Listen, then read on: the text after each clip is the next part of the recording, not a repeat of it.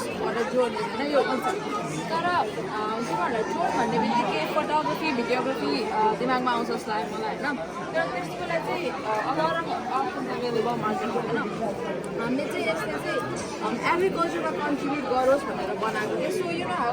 फार्मर्सहरूलाई पानी हाल्नु पऱ्यो रेगुलरली पेस्टिसाइड्स हाल्नु पऱ्यो म्यान्युर हाल्नु पऱ्यो होइन एउटा राम्ररी फुल ग्रोन फार्म बनाउनुलाई तर त्यसको लागि एकदमै धेरै manual labour time energy cost लाग्ने भयो होइन तर सो हामीले चाहिँ एउटा कन्स्ट्रक्ट गरेको जसले त्यो सबै गरिरहनु भइसक्यो र ड्रोनलाई डिप्लोय गरेर त्यसैले सबै कुरा छल्किने बनाइदियो भने त सबैजनालाई सजिलो भयो नि त time efficient cost efficient manual labour पनि डिक्रिज हुने होइन सो हामीले चाहिँ त्यसैबाट बनाएको अब यो एज अ प्रोटोटाइप यसले चाहिँ like significant amount of weight गर्न सक्छ होइन तर लाइक ठुलो खेतमा धेरै पानी धेरै धेरै म्यानुअल हाल्नु यसलाई स्केल अप गर्नुपर्छ होइन अफकोर्स अब हाम्रो चाहिँ यो चाहिँ यो रिमोटबाट चल्छ होइन जसलाई चाहिँ हामीले चाहिँ यसलाई प्रोग्राम गरेको छ होइन अब त्यसको सट्टा मोबाइल एप्लिकेसन्सहरू ल्यापटपहरू चलाउनुले चाहिँ तिमीहरूको के भन्छ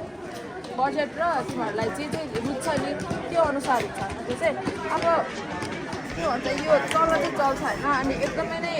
छिटो हुन्छ कि अनि यो अलिक कन्जेस्टेड स्पेस र धेरै मान्छे भएको भएर हाई रिस्क अफ इन्जुरी होइन त्यही भएर अहिले चाहिँ हामीले नउडाएको है अब यो चाहिँ लोएस्ट सेटिङ भयो के यो सबैभन्दा तल राखेको छु चाहिँ अब अफकोर्स मैले यसलाई बढाउँदै गएँ भने त